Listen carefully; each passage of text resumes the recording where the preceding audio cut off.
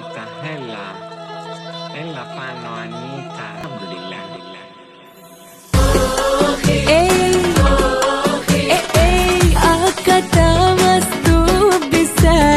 حرصت الفنانة دنيا سمير غانم على إحياء ذكرى مولد والدها الفنان الكبير الراحل سمير غانم، واللي مرت يوم أمس الأحد على طريقتها الخاصة من خلال طرح أغنية جديدة منذ قليل خاصة به. أعادت الفنانة دنيا سمير غانم غناء أغنية والدها الراحل الشهيرة أوخي، واللي كان قدمها وحققت نجاح جماهيري كبير، وطرحتها منذ قليل عبر صفحتها الخاصة على موقع الفيديوهات الشهير يوتيوب.